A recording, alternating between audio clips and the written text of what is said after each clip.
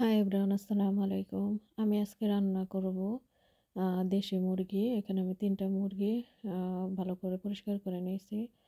আর এখানে প্যানের মধ্যে আমি 1/2 কাপের একটু বেশি অয়েল দিয়ে দিলাম। আর আগে থেকে কেটে রাখা পেঁয়াজগুলো আমি এখন এখানে দিয়ে দিব। পেঁয়াজ দিয়ে দিলাম। এখন আমি এর সাথে আ পরিমাণ মতো লবণ দিয়ে দিব। কারণ লবণটা দিলে কি হবে, পেঁয়াজটা একটু নরম হবে। আর তাড়াতাড়ি নরম হবে, এইজন্য আমি লবণটা এখন দিয়ে দিলাম। দিয়ে নাড়াচাড়া দিয়ে আমি ঢাকনা লাগিয়ে রেখে দেবো ৫ মিনিটের জন্য। পেঁয়াজটা এখানে ব্রাউন কালার করার দরকার নাই, একটু নরম হলেই হবে। এখন আমি এর সাথে আদা রসুন পেস্ট, হলুদ মরিচ ধনিয়া জিরা পাউডার আর গরম মশলা পাউডার আমি এখানে দিয়ে দিলাম। এখানে আমি কোনো আস্ত মশলা ইউজ করব না, গরম মশলা পাউডারটাই দিয়ে দিলাম এখানে। আর নাড়াচাড়া দিয়ে আমি মশলাগুলো ঢেকে রেখে দেবো কয়েক মিনিটের জন্য। আমার মশলাগুলো কষানো হয়ে গেছে, উপরে তেল উঠে উঠেছে। এখন আমি এর মধ্যে ধুয়ে রাখা চিকেনগুলো দিয়ে দেব। এই চিকেনটা রান্না করতে অনেক সময় লাগবে, কারণ এটা দেশি মুরগি, এই জন্য। আর এটার চামড়া সহকারেই নিয়েছি। আমি এটা ভালো করে পরিষ্কার করে নিয়েছি। এখন আমি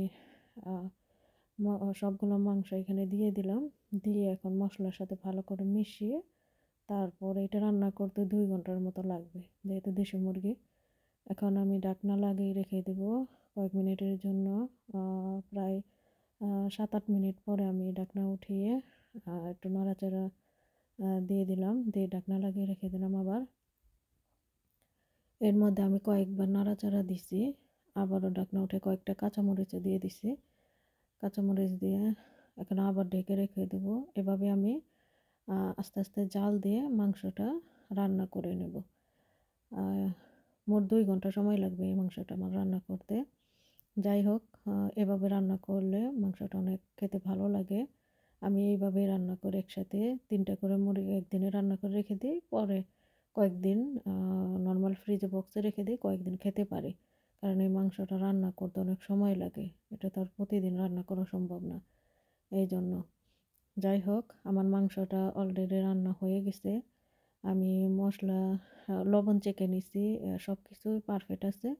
আমার রান্না শেষ। আমি চুলা বন্ধ করে এখন রেখে দিলাম।